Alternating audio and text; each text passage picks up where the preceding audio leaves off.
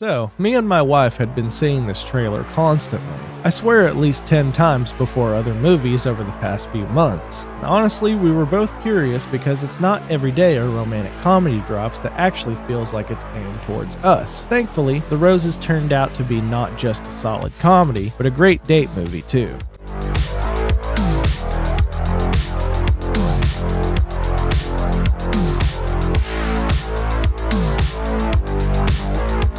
We want everything. And he walks out of here with his face still attached. Right, Bruno? Wow. You're a bottomless pit of need. You're just making me madder.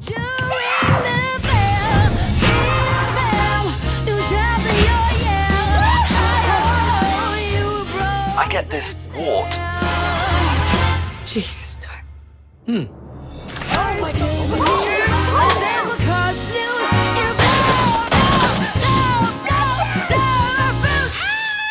Things are getting a little out of hand. Oh, you think?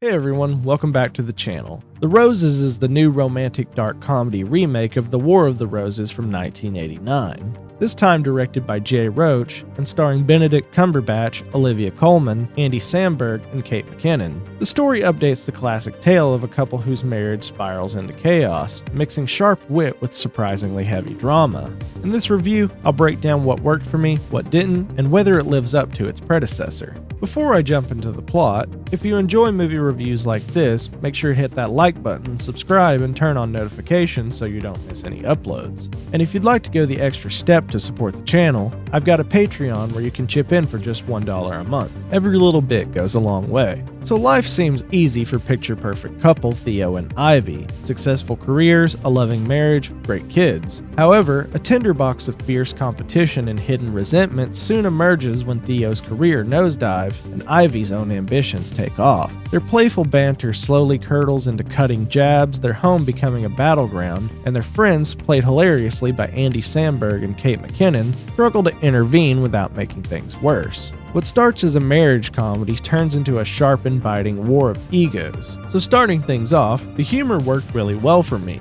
Cumberbatch and Colman absolutely nail the dry, sardonic delivery, and their back and forth insults are both vicious and hilarious. You can tell they're relishing every line. The side cast also deserves love. Samberg and McKinnon bring in a different kind of energy, and McKinnon in particular gets some of the funniest moments in the entire movie. What surprised me was how real the arguments felt when the humor dropped out. There are moments where the comedy stops, and you're just watching two people really hurt each other emotionally. Those scenes hit hard and made me actually root for them to find common ground again. It's the kind of film that's going to spark debates in the car ride home, like, whose side are you on?